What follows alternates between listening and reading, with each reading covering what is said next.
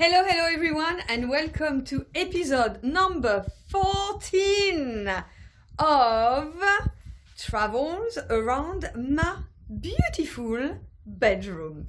So today I woke up and I really wanted to talk to you about Turkmenistan.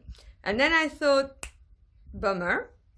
The only thing that I know I have from Turkmenistan is somewhere in a box in the garage at my parents', so I can't get it. And then I thought, nah. There are two more things that I can actually share with you. The first of those, my God, sorry, is actually my passport, and the other one is an envelope. And I'll tell you a little bit more about that envelope later. So bear with me. Because when it comes to my passport, I also need to tell you what kind of shenanigan it took to get a visa to get to Turkmenistan. So hold on a second. And let me tell you this. And actually, I don't know how long this is going to take. So I might have to tell you that story in two installments. But I ended up going to Turkmenistan actually because we wanted to go to Uzbekistan. And the only way that we could get to Uzbekistan was to go to Turkmenistan first. So let me go back. It's 1993 and it's again the opening of the Soviet Union. I'm in Lithuania and I'm working with someone called Nicholas. The two of us run the first actually large supermarket in Lithuania, in Vilnius. And we decide to go on an adventure together. And Nicholas speaks fluent Russian, which makes things much easier. And we had, we started talking, and Uzbekistan, Bukhara, it's kind of like, it's magical, it's mythical. So we thought, okay, fair enough, we'll go there. And, but of course, the only way that we could go to Uzbekistan was to go to Moscow, queue for 1 week at the embassy.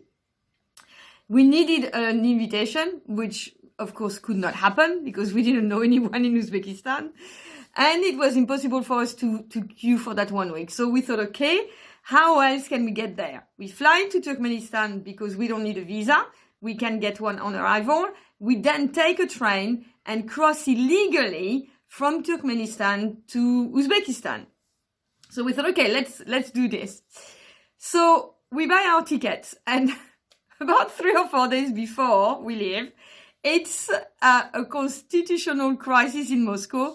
They burn the White House. It's mayhem. It's massive curfew. So we still decide to go. Nicholas has a friend in Moscow where we can spend the night, and then we have our flights. And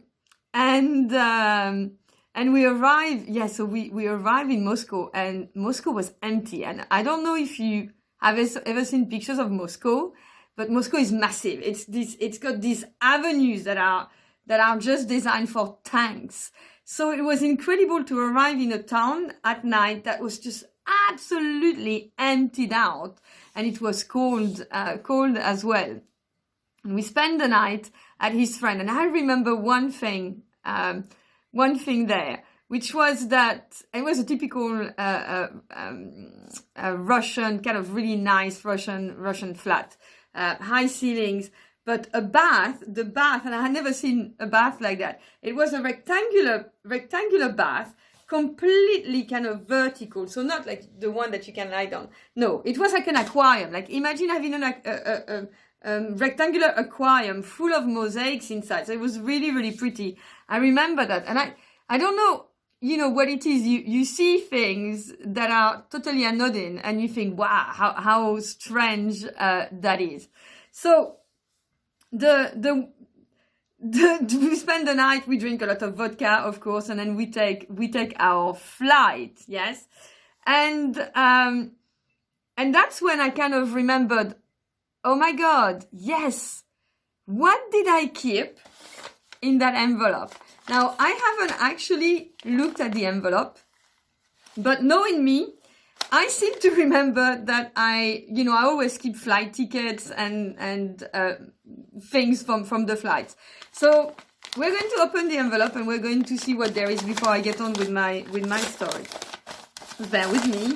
You see, I'm very organized. Actually, these envelopes, they go into these boxes here that I have, and then I label them. So this is souvenir, memories of Uzbekistan and Turkmenistan. I thought I'd keep that for you. And, okay. So, yeah. So we took an airline called Turkmenistan airline. Yes, so this is, I kept a little napkin because that's the kind of stuff that I do. That must be really valuable. So we have sugar. Okay, so we have paper. We have a little white from Turkmenistan airline. Salt, everyone. This is salt. So we get salt in twice. That's Turkmenistan airline. That's Aeroflot, actually. Oh my God. God, I forgot I flew Aeroflot. Okay. Some more paper here. Oh, look, coffee and a plastic spoon. I actually really vividly remember being on my flight from Moscow to Ashgabat and being served all my food in plastic. And I remember how that was just really, and we had this plastic cup like this with rice in it, and it's the first time that I had seen that. Wow. Okay. Do you know what? This is crazy. I think. Well, I mean that looks like a travel journal, but yes. Okay, the 5th of October. I didn't even remember the dates that we went, and I didn't even remember that I wrote a journal. That is crazy. Wow, we do things and we forget. Okay, so what is this? Money. I am rich. Okay, proper. Oh my God. Proper USSR. Proper USSR money. Oh, and look who we have here. Okay, wow. I'll tell you in my next video when I do one on Uzbekistan, which money is from Turkmenistan and which money is from Uzbekistan. So we keep that here. And, okay, so that we have Uzbekistan, so we're not doing this. That's Bukhara. Okay, Turkmenistan. What is there? Okay, a ticket. Oh my God. Okay, so this is a ticket to a place that we went to in Turkmenistan, which is called Merv or Mary. But before I get to that, let me tell you about, just hold on, I just want to check. Oh, this is an airline flight, boarding pass, little envelopes, pre-stamped Aeroflot ticket from Moscow to Ashgabat. I don't know if you can see it. No, it's too light. Oh my God. Okay, I'm not going to show that to you now. I'll show it to you later. Okay, so here we are. We arrive. Oh my God, okay. It's 8 minutes, so I'll just do a little introduction and then I'll do another video about what happens when we arrive. But we're on the plane and we start talking to a young man called Yakub. Nicholas speaks fluent Russian, so I was asking him all the time to do the translation, and every time he just didn't want to.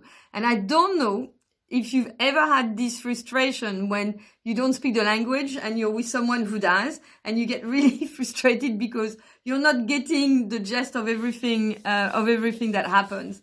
But that became, the fact that I was so grateful to have Nicholas there, because I would never have had the experiences that I had he not spoken the language.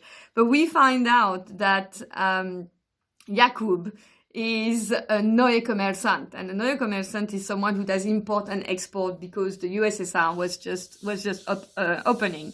And Yakub says, because it's a night flight, and we didn't know anyone, we didn't know where to go, if even there was a hotel that would accept us, because we were foreigners, yes? We were not from the Soviet Union, so we paid a different price and we were treated in a different way.